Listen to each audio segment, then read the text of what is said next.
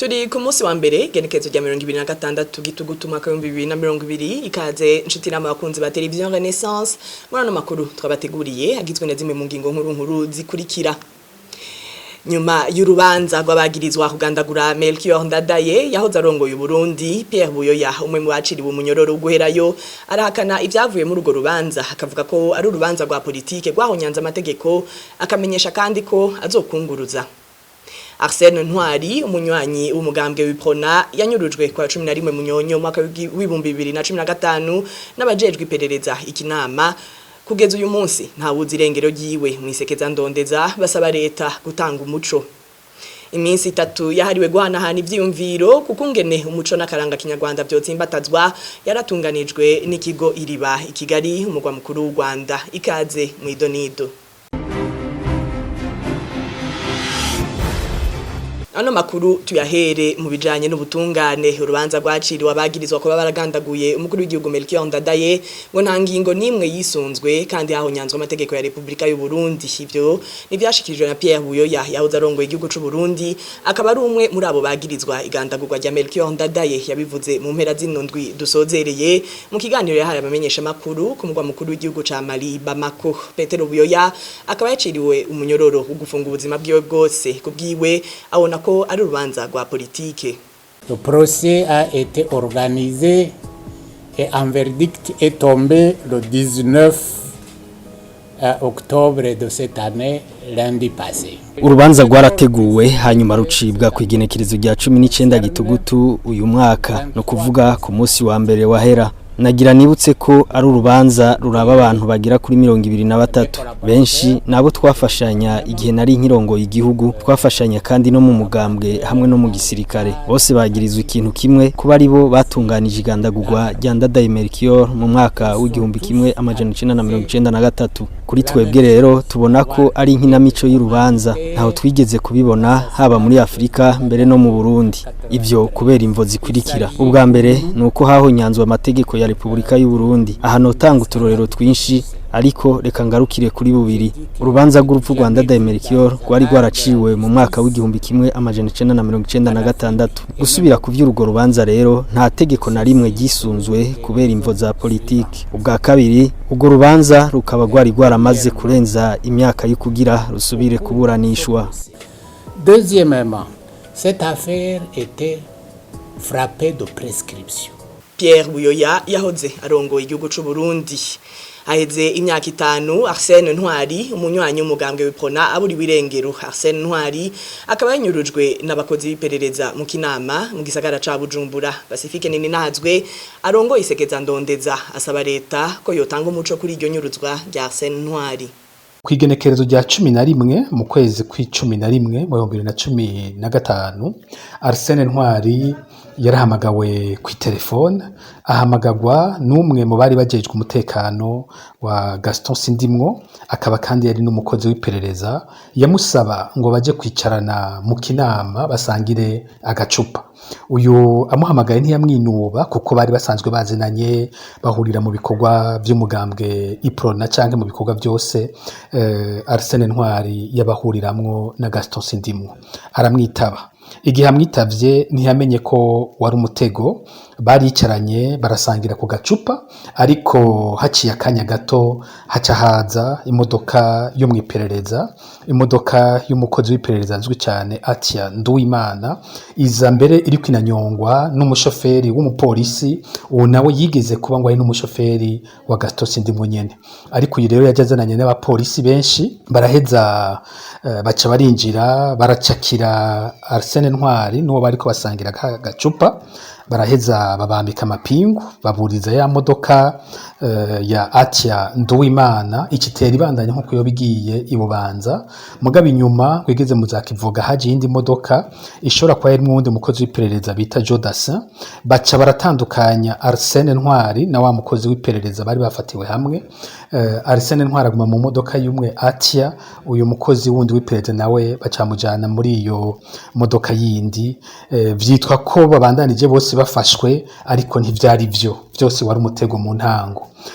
Guhera ico gihe Arsène Ntwari ntarigera asubira kuboneka. icyo twumvise ni uko abamufatishije bashobora kuba bamubesheye ko yoba yari akorana n'urwaruka rwiyamirije ikiringo cya gatatu cya Petero Nkurunziza, kandi ibyo bakaba babivuga cyane cyane kubera ibyo bariko barapfa mu ishyirahamwe ryoba ryari ryashyizweho rihurikiyemwo imbonerakure n'abajerere kugira ngo barabe ko hindukiza urwaruka mu gisagara cya Bujumbura rutangure kwiyegereza ubutegetsi. Icyadutangaje ni uko mu mugambwe Iprona cyane cyane Gaston Sindimwo ata kintu kiboneka yakoze cyo gukiza Arsene Ntwari. Niko twarumvise ko hari ibyo yabagije mu iperereza, baraheza bamwishura ivyo nyine vy'uko Arsene Ntwari yoba ariko akorana n'abansi b'igihugu, ari byo mu nama yakurikiye muri Iprona baciye bagabisha abandi badasigana ngo babwira ko uwuzoja gukorana n'abansi b'igihugu umugambwe utazigera umuvugira. Pacifique Nininahazwe arongoye isekeza ndondeza akaba narongoye ishirahamwe Focode. Mu rukurikirane rw'ibiganiro ayo nabonye mushikizwa na televiziyo Renaissance, uyu munsi murakurikirana igice c'intahe y'uwitwa Emmanuel Ndereyimana, umwana w'umuhisi Munyakamwe Gaspard yabuzwe irengero mu gwimo bwo mu 1972. Emmanuel Ndereyimana atuyagira ubuzima babayeho ko butari bworoshe igihe babura irengero ry'umuvyeyi wabo. Cyambere cyankoze ko n'ugwimo bwo mu 72. Ubwimo bwo mu 72 warankoze ko kubera narubuze mu muvyeyi papa mbyara yakora kuri aho yita muri tepe Ponze Chaussée. Je nari umwana muto afite imyaka 4, nta byinshi nibuka, ariko ndibuka ko yagiye ku kazi atatashe kugeza n'uno munsi turacarindiriye. Papa wawe yitwa nde? Yitwa Munyakamwe Gaspard. Munyakamwe Gaspard niwe izina rya papa. Urumva kuva ico gihe aho dutanguye gukurira duca ubwenge tuja mu ishure dusanga tubana na mama gusa. Mbega none papa wanyu aho maze gukurira uba waramenye ivyiwe yoba yazize umugambwe, yoba yari mu bavuze ko hari igitero cyaje cabaye, haco yoba yari muri ivyo bateye canke yoba yazize ubwoko? Papa yakora muri Ponze Chaussée nayo babwiye.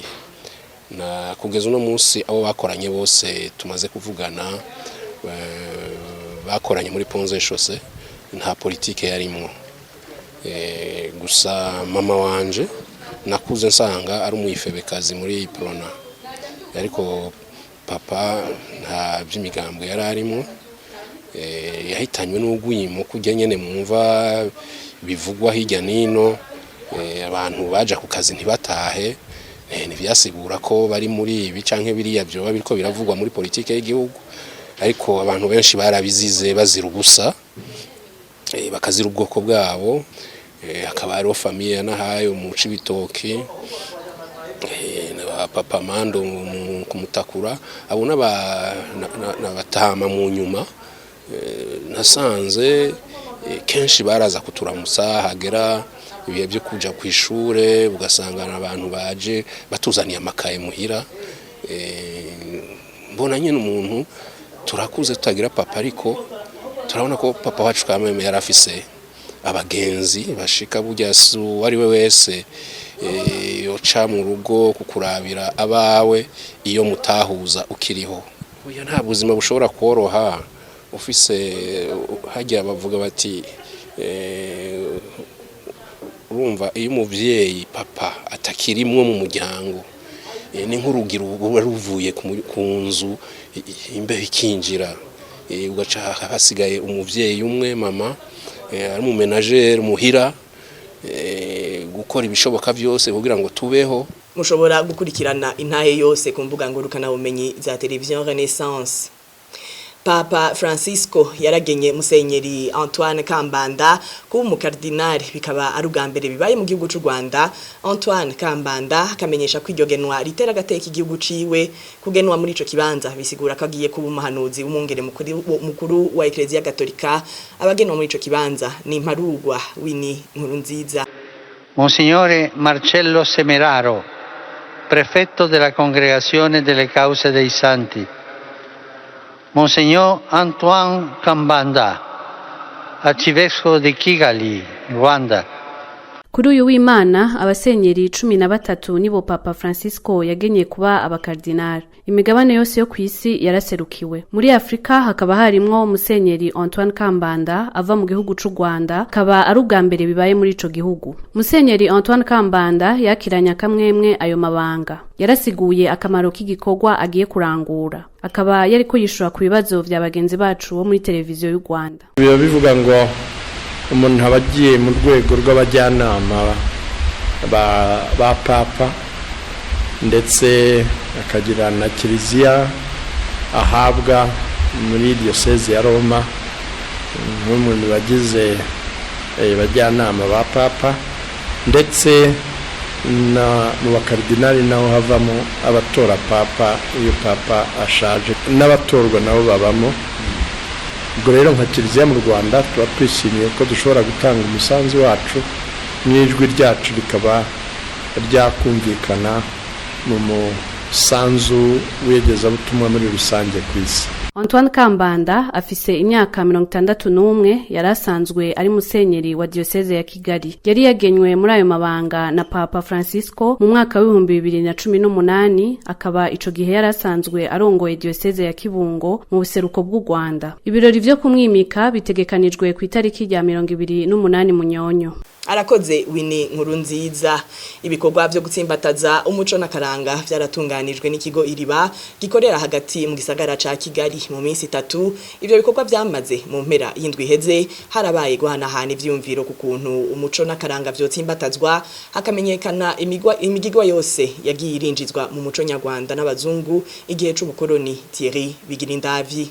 Ikiza c'umugira wa coronavirus catumye abantu badatembereranira nk'uko bisanzwe, bigatuma umuco n'akaranga k'abanyafrika na cyane mu bihugu bikenye udashobora gusabikanywa nk'uko bisanzwe. Ibi nivyo vyatumye Kigiriba gitunganya iyo minsi 3 yo kwibukanya intambo n'utundi tugenegene twari mu mico y'abanyarwanda imbere yuko abazungu bazana imico yabo igihe c'ubukoroni. Uko niko Assumpta Mugiraneza arongoye ico kigo avyigana.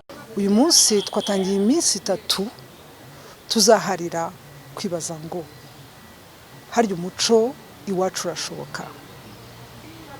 Iyi gahunda ituruka mu yindi ngari yitwa négocier futur partagé. Mu Kinyarwanda ngereranije navuga ngo ni ukugerageza kubaka ejo dusangiye. Iyo programu yabyaye izindi.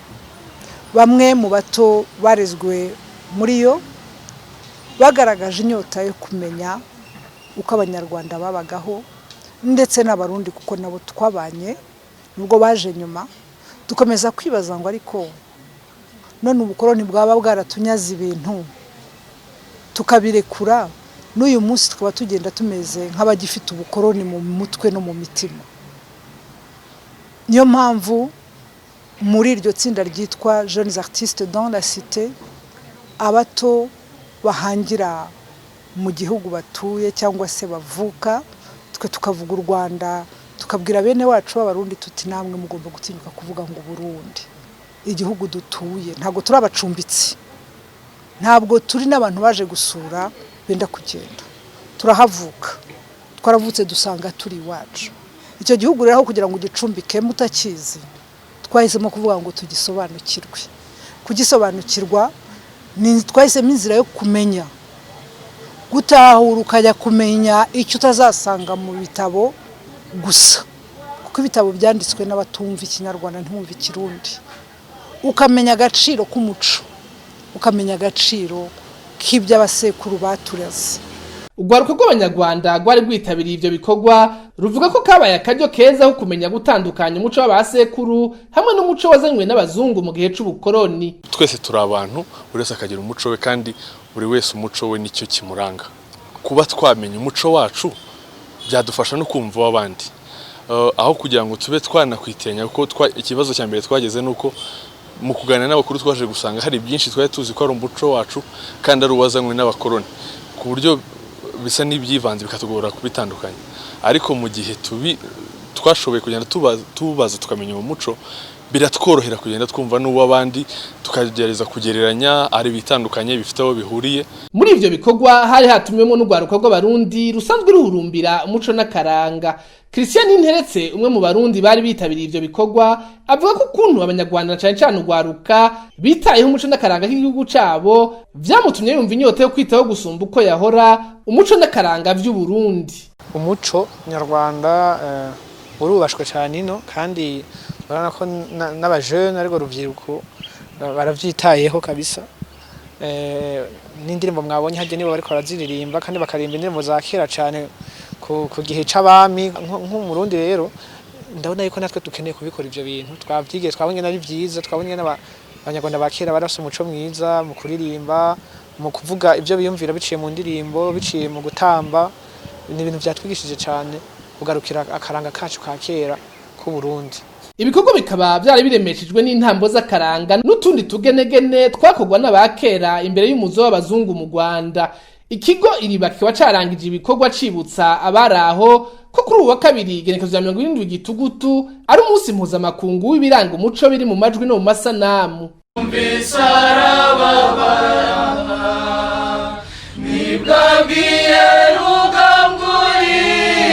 Arakoze Thierry Bigirindavyi. Uyu ni wa mwanya wahariwe ikigabane ku isoko gitegurwa n'urunani rw'amaradio RPA ijwi ry'abanyagihugu inzamba na televiziyo Renaissance. Kuri uno munsi ico kigabane kigaruka ku ikoreshwa ry'utumwanya ritemewe rikibandanya mu Burundi mukagishikirizwa na Bertrand Ngendakuriyo. Mu kwezi kwa myandagaro mu mwaka wa 2018 Burundi bwaremeje itegeko ribuza ikoreshwa ry'utumwanya tutabora mu gihugu cyose. Ishigwa rero mu ngiro y'iyo ngingo ryaritekanijwe mu mezi 18 no kuvuga kugeza mu kwezi kwa kabiri umwaka wa 2020 kugira bari baburanguye utwo tumwanya baronka umwanya wo kuducuruza duhere. Inyuma rero imyaka 2 iyo ngingo ifashwe ikibonekeza nuko utwo tumwanya tukirangwa mu masoko eka no mu bindi bibanza byo gucururizwamwo. None ni kubera iki utwo tumwanya tukibandanya turangwa muri ivyo bibanza? Niki cokogwa kugira ingingo ya leta ishigwe mu ngiro inyishu ni muri kino kiganiro ku isoko twabateguriye mukabambwira mugishikirizwe na jewe Bertrand Ngendakuriyo kazi. Inyuma y'umwaka umwe hatewe ko igikumi iryo tegeko Deogide Rurema mushikiranganje w'idukikije yamenyesheje ko kurangurana ko utumwanya n'ivyo dukogwamwo bibujijwe kuva ku igenekerezo rya 22 myandagaro umwaka wa 2019. Kuva ku igenekerezo rya 22 z'uku kwezi k'umunani 2019 iyinjizwa ry'ubumwanya n'ivyo babukoramo bizoba bibujijwe kandi n'imusha zose zatanzwe ku batarabyinjiza zizoba zihagarizwe. Turasavye Ober hamwe n'abajeje umutekano badufashe kubahiriza izi ngingo. Abene gihugu nibogira amakenga kuvyo bagiye gukoresha kuko hari amashira hamwe akora ibyasubiriye ubumwanya kamagapo ibikoresho bikozwe mu mpapuro kugira dutere intege abafise imigambi cyangwa amashira hamwe yo gukora ibisubirira ubumwanya. Hari ibwirizwa shikiranganji byateguwe kugira ngo berekane ukuntu bazokoroherezwa. Ariko rero ikibonekeza nuko utwo tumwanya tubanaye dukoreshwa nkuko vyamye na mbere mu bibanza bitandukanye nkuko tubigirwa na mugenzi wacu Innocent Valentin Singira nkabo wa Radio RPA ijwi ry'abanyagihugu. Turi mu gisagara ca Bujumbura neza na neza ku isoko rya Kotebu. Abana bakiri bato eka mbere n'abisumbuye baranyuragiranwa muri iryo soko bagenda bakurikirana umuntu wese babona ari karasuma. Abo bana badandaza udufuko two gutekeramwo ivyo umuntu asumye utumwanya. Muri iryo soko rya Kotebu harabonekamwo udufuko two gutekeramwo dushasha tubora, ariko udufuko twiganje ni utumwanya. Uyu munyagihugu ahejeje gusuma. Icyo umuntu abona kigwiriye kugeza n'iyi saha n'amasashe, kuko isashe nizo zigihari burya bufuko buracari buke. Kimwe gusa igiciro catwo caraduze guhera ku bacuruza kamwe kamwe kugeza ku baranguza.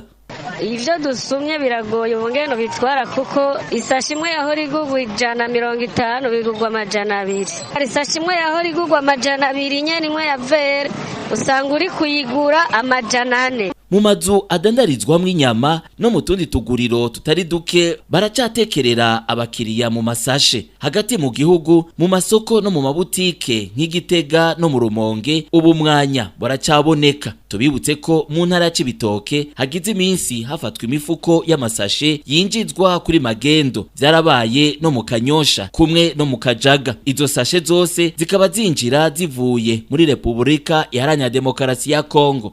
Muganiro yahaye kinyamakuru Burundi Eko amashirahamwe Pakubu canke Elicom azwi nka yakora utumwanya twa kijambere yemeza ko bafise ibibazo bijanye no kurangura ibikoresho bifasha mu gukora utwo tumwanya twa kijambere tubora n'ibikoresho bigizwe n'amamashini bizimvye kugira bashobore kugira gukorana kutwo tumwanya twa kijambere tubora ku rugero rushimishije.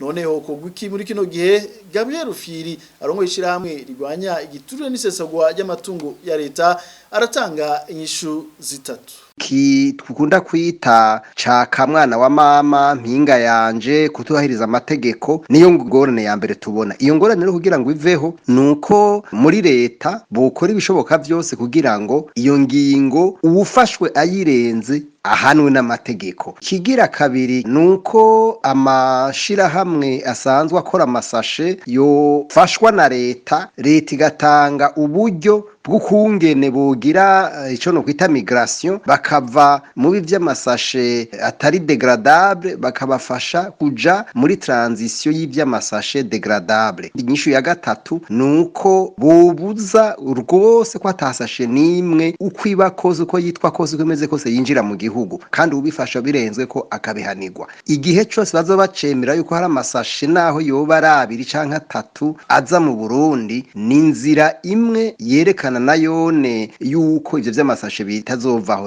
Gabriel Rufiri kayaganira mugenzanje Thierry Bigirindavyo wa televiziyo Renaissance izo nterano zurongo ishiramo urikome izoce zisozera kino kiganiro mumviso ko ari nkenegwa kwiyo ngingo ya leta ishigikirwa n'izindi nguvu za leta kugira ishigwe mu ngiro vy'ukuri. Arakoze Bertrand Ngendakuriyo hahani na makuru twabateguriye agarukiye tukaba tubashimiye mwebwe mwese mwayakurikiye n'abagenzanje bayatorokanije naho ubutaha.